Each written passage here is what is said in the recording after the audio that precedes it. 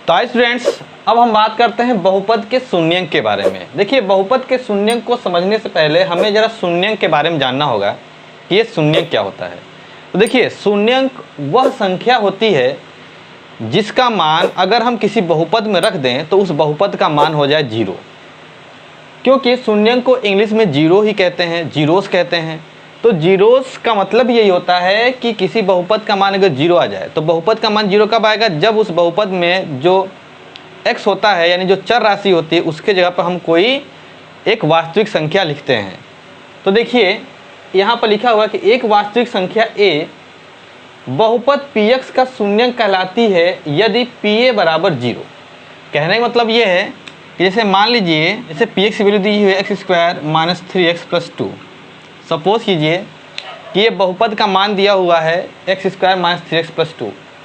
अब इसमें हम क्या करेंगे, एक वास्तविक संख्या a यानी कि हम कोई एक संख्या ले लेंगे, यानी कि हम वो संख्या ले लेते हैं 2। तो अब x बराबर 2 जो है इस बहुपद में हम रखेंगे। तो x बराबर 2 बहुपद में रखने पर तो हम क्या करते हैं, इस x जब क्या रखते हैं 2, तो देखिए यहाँ पर 2 का स्क्वायर, यहाँ पर फिर 2 और यहाँ पर 2, तो 2 का स्क्वायर हो जाएगा 4, 3 2 6 प्लस 2, तो 6 में से 4 जाएगा -2 और ये प्लस 2, ये कैंसिल हो गया है 0। तो देखिए, जो मैंने लिखा था, जब को एक वास्तविक संख्या a बहुपद px का शून्य कहलाती है, यानी x की जगह पे हमने क्या रख दिया a, यानी a उठा कर रख दिया एक जगह पे, तो यहाँ हो गया pa। तो pa का मान क्या आ गया? 0।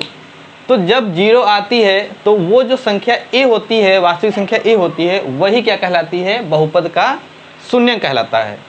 जैसे कि अर्थात हम कह सकते हैं कि शून्यंक चर राशि का वह मान है। चर राशि इसमें क्या है? x है, चर x क्या है? चर है।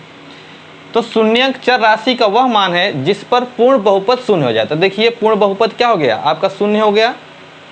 तो इसी को कहते हैं हम बहुपद के शून्यंक। तो बहुपद का शून्यंक यहाँ पर क्या है? x बराबर 2। ये 2 क्या है? इसका शून्यंक है। तो शून्यंक कह लीजिए या फिर हम इसका एक गुणनखंड कह लें, बात एक ही है। शून्यंक गुणनखंड का ही रूप होता है। अगर x का मान 2 आ रहा है तो आप इसका गुणनखंड करेंगे तो कहीं ना कहीं इसकी वैल्यू क्या आएगी? आपकी 2 ही आएगी। तो इसका गुणनखंड एक निकल के 2 आएगा। तो गुणनखंड और शून्यंक दोनों एक ही चीज़ है, लेकिन यहाँ पर हमको शून्यंक पूछेगा तो हम शून्यंक के बारे में हम उसको जो है आंसर देंगे। तो ये है बहुपद के शून्यंक के बारे में। अब जरा हम ये सीखेंगे कि बहुपद का शून्यंक निकालते कैसे हैं। बहुपद के शून्यंक ज्ञात करना। देखिए, बहुपद का शून्यंक जरा ज्ञात करना हम सीख लें यहाँ पर इसी वीडियो में। तो एक एग्जाम्पल के रूप में एक सवाल जैसे दे दिया है का शून्यंक ज्ञात कीजिए। ठीक, अब इसका हमें शून्यंक ज्ञात करना है तो हम इसका जो है हल करेंगे, अगर सॉल्यूशन करेंगे इसको तो कैसे करेंगे। दिया हुआ है बहुपद क्या? px equal to x square minus 4x plus 4। अब इसका हमें शून्यंक ज्ञात करना है। तो हमें पता है कि शून्यंक हम तभी निकालते हैं कि चर राशि का वह मान जिस पर पूर्ण बहुपद क्या हो जाए? शून्य हो जाए। यानी कि शून्यंक क्या होता है? चर राशि का वह मान। तो हम लिखेंगे, हम जानते हैं कि शून्यंक चर राशि का वह मान होता है जिस पर पूर्ण बहुपद क्या हो जाए? शून्य हो जाए। तो इसके लिए हम क्या करेंगे, हम पूर्ण बहुपद की वैल्यू क्या कर देंगे? 0 कर देंगे। यानी कि ये पूर्ण बहुपद क्या है हमारा? आइए यहाँ पर कर लेते हैं। तो हमारा जो पूर्ण बहुपद है वो क्या है? X square minus 4x plus 4 बराबर 0। यानी कि x square minus 4x plus x को x square minus 4x plus 4 को क्या कर लेंगे? 0 के बराबर कर लेंगे। अब जब हम इसको 0 के बराबर कर लेंगे तो अब इसका करेंगे हम फैक्टर। इस देखिए, 4 का गुणनखंड करेंगे कि जोड़ने पे 4 आ जाए, तो ये होगा आपका -2x plus 4 is equal to 0। अब यहाँ से x कामन लेंगे तो बचेगा x माइनस 2, यहाँ से -1 का यहाँ से -2 कामन लेंगे तो बचेगा x माइनस का 2 इज इक्वल टू 0। तो x माइनस 2 एक ब्रैकेट में और x माइनस 2 एक ब्रैकेट में। तो देखिए x का जो है 2 और यहाँ से x 2, तो इसके जो शून्यंक है, इसके जो शून्यंक है वो क्या है, 2 है। इसका जो शून्यंक निकल के आया आपका वो निकला कितना, 2 निकल के आया। तो शून्यंक निकालने के लिए हम इसी तरीके से करेंगे। अगर किसी भी बहुपद का शून्यंक निकालने के लिए कहेगा तो हम क्या लिखेंगे, पहले उस बहुपद को लिख लेंगे px बराबर जितना भी दिया होगा, फिर नीचे हम ये लिख देंगे, हम जानते हैं कि शून्यंक चर राशि का वह मान होता है जिस पर पूर्ण बहुपद शून्य हो जाए, अर्थात, तो यहाँ लिख देंगे अर्थात x² माइनस 4x प्लस 4 बराबर 0।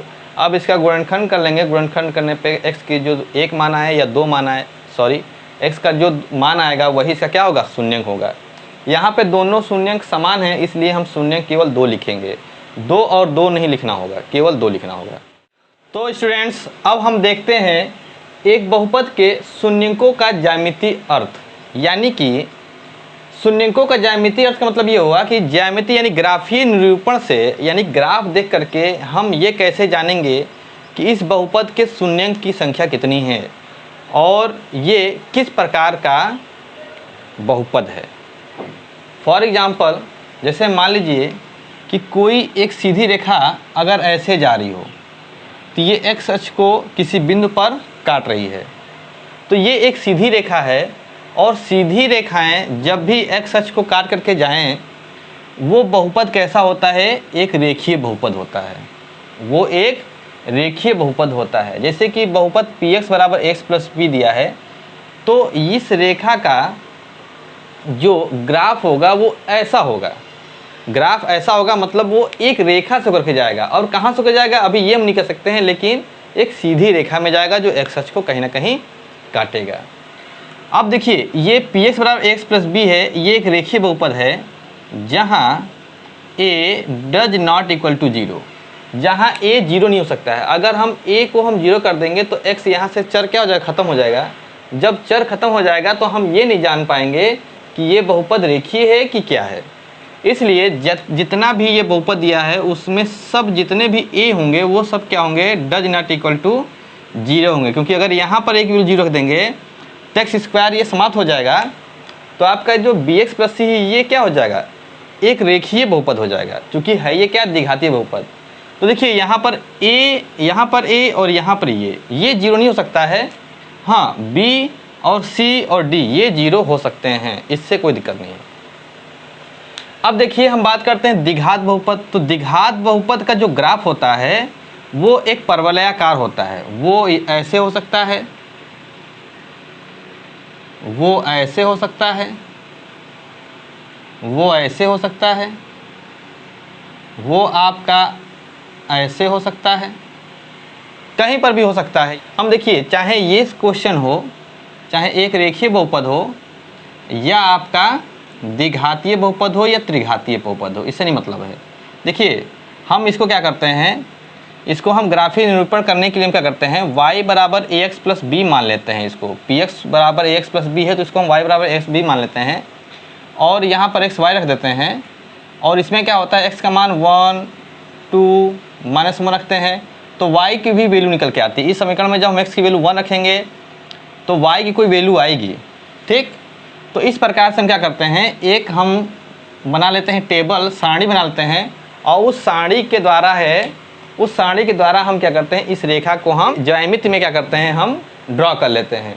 तो जो द्विघात बहुपद होते हैं उनका जो निरूपण होता है कुछ इस प्रकार से होता है, और जो त्रिघातीय होते हैं उसका जो होता है कुछ ऐसे होता है, इस प्रकार से होता है। यानी कहने का मतलब है ये x अक्ष को 3 जगह पर काटेगा, ये x अक्ष को 3 जगह पर काटेगा। और जो द्विघात होते हैं वो 2 जगह काट सकते हैं, 1 जगह काट सकते हैं और नहीं भी काट सकते हैं, और यहाँ पर 1 जगह भी काट सकते हैं। यानी ऊपर की तरफ भी मूव कर सकता है और ये नीचे की तरफ भी मूव कर सकता है, और ये 2 बिंदु को भी काट सकता है और 1 बिंदु को भी काट सकता है और 1 भी बिंदु को नहीं भी काट सकता है। तो हम बेसिकली अब जैसे कि मान लीजिए हमारा जो पर्सनालिटी 2.1 है उसका जो पहला जो क्वेश्चन है वो यही है, इसी बेस पर है। तो हम पर्सनालिटी 2.1 के क्वेश्चन को लेकर के करेंगे तो ये चीज़ें ज़्यादा समझ में आएगी। तो आइए हम पर्सनली 2.1 के कुछ क्वेश्चन यहाँ पर लिखते हैं, ग्राफ पर उसको लिखते हैं और उसके बाद हम आपको दिखाते हैं कि हम ये कैसे पहचानेंगे कि इसकी शून्यंकों की संख्या कितनी है और ये रेखीय बहुपद है कि द्विघातीय बहुपद है कि त्रिघात बहुपद है कि ये अचर बहुपद है। ये सब बात करेंगे पर्सनली 2.1 के पहले क्वेश्चन पे। तो देखिए आपका पर्सनली 2.1 का ये क्वेश्चन 1 है और उस क्वेश्चन 1 में लिखा है कि किसी बहुपद px के लिए y बराबर px का ग्राफ नीचे दिया गया है। प्रत्येक स्थिति में px के शून्यंकों की संख्या याद करना है। उसके लिए आपके सामने 6 ग्राफ दिए हुए हैं, फर्स्ट, सेकेंड, थर्ड, फोर्थ और यहाँ पर आपका फिफ्थ और यहाँ पर 6। अब इसमें प्रत्येक स्थिति में px के शून्यंकों की संख्या याद करना है कि शून्यंक कितने होंगे। तो देखिए ये आपका एक्स अक्ष का ये जो ग्राफ है, इसमें जो लाइन है आपको जो दिख रही है, ये एक्स अक्ष को कहीं नहीं काट रही, इस अक्ष को कहीं नहीं काट रही है, ठीक। और ये जो समीकरण दिया हुआ है ये y बराबर px दिया है, यानी कि y बराबर px का मतलब ये होता है कि जो बहुपद है वो एक्स अक्ष को काटेगी और ये एक्स अक्ष को कहीं पर भी नहीं काट रही है, ये सिर्फ y अक्ष के होकर के जा रही है। तो ये आपका शून्यंकों की संख्या इसमें क्या हो जाएगा, शून्य। जब तक ये एक्स अक्ष को काटेगी नहीं तब तक इसके शून्यंक नहीं निकल सकते हैं। अगर एक्स अक्ष को एक बार काटती है तो शून्यंकों की संख्या 1 होगी, अगर 2 बार काटती है तो शून्यंकों की संख्या 2 होगी और अगर 3 बार काटती है तो शून्यंकों की संख्या 3 होगी और 4 बार काटेगी तो फिर 4 हो जाएगी। तो आप यहाँ पर देखिए कि ये एक ऐसा बहुपद है जो कहीं पर भी एक्स अक्ष को नहीं काट रही है, इसलिए इसकी शून्यंकों की संख्या कितनी हो जाएगी, 0। शून्यकों की संख्या, तो यहाँ पर शून्यकों की आपकी जो संख्या है वो क्या होगी, 0, शून्य होगी। और ये कैसा बहुपद है, तो ये एक अचर बहुपद है, ये कहेंगे। अचर बहुपद का मतलब ये हुआ कि देखिए एक्स अक्ष पर जब भी काटता है तो वो a निकल के आता है, यानी कि a कुछ ना कुछ होता है, क्योंकि एक्स अक्ष पे चली गई दूरी क्या होती है, a, और y अक्ष पे चली गई दूरी क्या होती है, b। तो यहाँ पर तो एक्स अक्ष पे कोई कटान ही नहीं है, यानी कि एक्स अक्ष पे कोई दूरी ही नहीं चल रही है, यानी a क्या है, 0 है। और इसमें जब a का मान हम 0 रख देंगे तो ये जो चर पद है ये हो जाएगा समाप्त। यहाँ पर एक भी 0 रखेंगे तो x खत्म हो जाएगा, तो बचेगा केवल b। तो ये कहलाएगा अचर बहुपद। तो ये एक अचर बहुपद भी है जिसमें शून्यंकों की संख्या 0 है। रीजन क्या है शून्यंकों की संख्या 0 होने की, क्योंकि ये x अक्ष को कहीं पर भी नहीं प्रतिच्छेद कर रहा है, इसलिए ये शून्यंकों की संख्या इसमें क्या होगी, 0। तो आइए देखते हैं अब सेकेंड नंबर को। तो देखिए सेकेंड नंबर में क्या है कि ये जो आपको लाइन दिख रही है, पहली बात तो ये एक सीधी लाइन नहीं है, तो ये सीधी लाइन नहीं है तो ये रेखीय बहुपद नहीं हो सकती है। तो ये रेखीय बहुपद नहीं हो सकती है, तो रेखीय बहुपद हो या ना हो इससे नहीं मतलब है, इसमें हमको शून्यंकों की संख्या निकालनी है। तो चूंकि ये एक्स अक्ष को एक ही बिंदु पे काट रहा है, इसलिए यहाँ पर शून्यंकों की जो संख्या होगी वो आपकी क्या होगी, 1 होगी। इसी प्रकार से थर्ड क्वेश्चन में हम देख सकते हैं कि ये जो लाइन है ये सीधी नहीं है बल्कि एक्स अक्ष को 3 जगह काट रहा है, तो यहाँ पर जो शून्यंकों की संख्या होगी कितनी हो जाएगी, 3 हो जाएगी, 1 2 3। और यहाँ पर आप देख सकते हैं कि ये एक्स अक्ष को 2 बिंदु पर काट रहा है, इसलिए यहाँ पर शून्यंकों की संख्या कितना हो जाएगा, 2। इसी प्रकार से हम पांचवें क्वेश्चन कर लें। तो यहाँ पर देखिए 1 जगह, 2 जगह, 3 जगह और 4 जगह। तो यहाँ पर शून्यंकों की संख्या कितनी हो जाएगी स्टूडेंट्स, बताइए ज़रा, 4। शून्यंकों की संख्या हो गई 4, क्योंकि ये एक्स अक्ष को 4 बिंदु पर काट रही है। और यहाँ पर देख लीजिए 1 2 और 3, तो यहाँ पर शून्यंकों की संख्या 3। तो इसी प्रकार से हम ये हमारा पहला चैप्टर भी समाप्त हो जाता है और पहले चैप्टर के सवाल भी हो जाते हैं समाप्त। तो शून्यंकों की संख्या निकालने के लिए ये जरूरी है कि वह रेखा एक्स अक्ष को कितनी जगह काट रही है, जितनी जगह काटेगी उतनी ही शून्यंकों की संख्या होगी। कुछ क्वेश्चन जो मैं अपनी ओर से बताना चाहता हूं, आइए उसको भी देख लेते हैं। जरा देख लेते हैं यहाँ पर।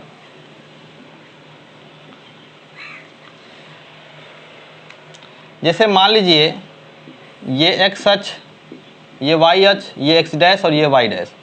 कोई लाइन ऐसे जाए, कोई लाइन ऐसे जाए, तो यहाँ पर इसने एक्स अक्ष को टच नहीं किया, तो यहाँ पर शून्यंकों की जो संख्या होगी वो क्या हो जाएगी, 0 हो जाएगी। तो यहाँ पर शून्यंकों की संख्या क्या हो जाएगी, 0 हो जाएगी।